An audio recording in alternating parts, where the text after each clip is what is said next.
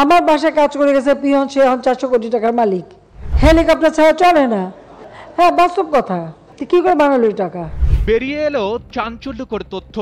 ভয়ঙ্কর এক নেশায় মেতেছিল শেখ হাসিনার সরকার। যে নেশা কোনো সাধারণ নেশা না, নেশাটি হলো টাকা পাচারের নেশা। বিগত আওয়ামী লীগ সরকারের আমলে 2009 থেকে 2023 সালের মধ্যে 23,400 কোটি ডলার বিদেশে পাচার হয়েছে। বর্তমান বাজার দরে এর পরিমাণ দাঁড়ায় 28 লক্ষ কোটি টাকা। সেই হিসেবে প্রতি বছর গড়ে পাচার হয়েছে 1,80,000 কোটি টাকা, যা থেকে বলা যায় টাকা পাচার যেন আওয়ামী লীগ সরকারের নেশায় পরিণত হয়েছিল। রোববার অর্থনীতি নিয়ে তৈরি শ্বেতপত্র প্রতিবেদন প্রধান উপদেষ্টা ডক্টর মোহাম্মদ ইউনূসের কাছে হস্তান্তর করেছে শ্বেতপত্র প্রণয়ন কমিটি। ওই প্রতিবেদনে বিগত আওয়ামী লীগ সরকারের আমলের টাকা পাচারের আনুমানিক এই চিত্র তুলে ধরা হয়। গ্লোবাল ফিনান্সিয়াল ইন্টিগ্রিটি রিপোর্টস এবং কিছু নির্দিষ্ট পূর্বানুমানের ভিত্তিতে টাকা পাচারের হিসাব করেছে শ্বেতপত্র প্রণয়ন কমিটি। শ্বেতপত্র প্রতিবেদনে বলা হয়েছে, গত কয়েক বছরে অর্থ পাচার বাংলাদেশে উদ্বেগ জনক হারে বৃদ্ধি পেয়েছে। টাকা পাচারের বিষয়টিকে অর্থনীতিতে ক্ষতিকর টিউমার হিসেবে আখ্যা দেওয়া হয়েছে এই প্রতিবেদনে। এতে বলা হয়, বিগত সরকারের আমলে অর্থনীতি ও সম্পদের বড় অংশ এই ক্ষতিকর টিউমার চুষে নেয়। শ্বেতপত্র প্রণয়ন কমিটি মনে করে, প্রতি বছর মোট জিডিপির 3.4% পরিমাণ অর্থ পাচার হয়েছে। এছাড়া 2023-24 অর্থ বছরে রপ্তানি আয় ও প্রবাস আয় থেকে যত অর্থ এসেছে এর 1/5 পরিমাণ অর্থ এক বছরে পাচার হয়। বিদেশি ঋণ ও বিনিয়োগ হিসেবে যত অর্থ আসে এর দ্বিগুণ পরিমাণ অর্থ পাচার হয়।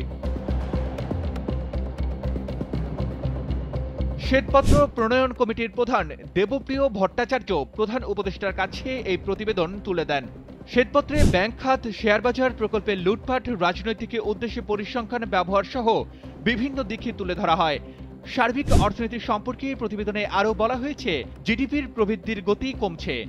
এতে মধ্যম আয়ের দেশের ফাঁদে পড়ার সংখ্যার কথা বলা হয়েছে। 397 পৃষ্ঠার শ্বেতপত্র প্রতিবেদনে সব মিলিয়ে 22টি ক্ষেত্রে আলোকপাত করা হয়।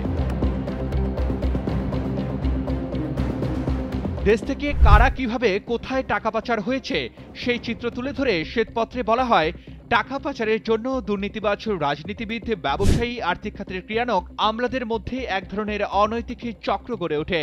ঘুষ, দুর্নীতি, আর্থিক অপরাধ, মিথ্যা ঘোষণার আড়ালে বাণিজ্য ব্যাংক থেকে চুরি করা টাকা, খেলাপি ঋণের অর্থ, রাজনৈতিক ক্ষমতার অপব্যবহার, প্রকল্পের খরচ বাড়িয়ে দেখানো, শেয়ার বাজারের কেলেঙ্কারি, কর ফাঁকি, এসব কর্মকাণ্ডের অর্থ পাচার করা হয়।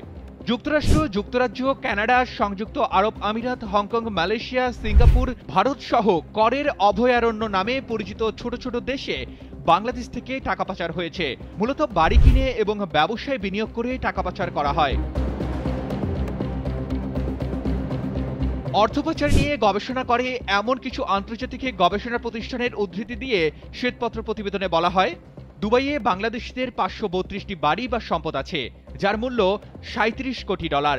2024 সালের মার্চ মাস পর্যন্ত 3,600 বাংলাদেশি মালয়েশিয়ায় সেকেন্ড হোম কর্মসূচিতে মনোনীত হয়েছেন। 2023 সালে ইউটেক্স অবজারভেটরি প্রতিবেদনে অনুসারে 2021 সালে বাংলাদেশ থেকে 815 কোটি ডলার পাচার হয়। Arman Ali, Daily Sun.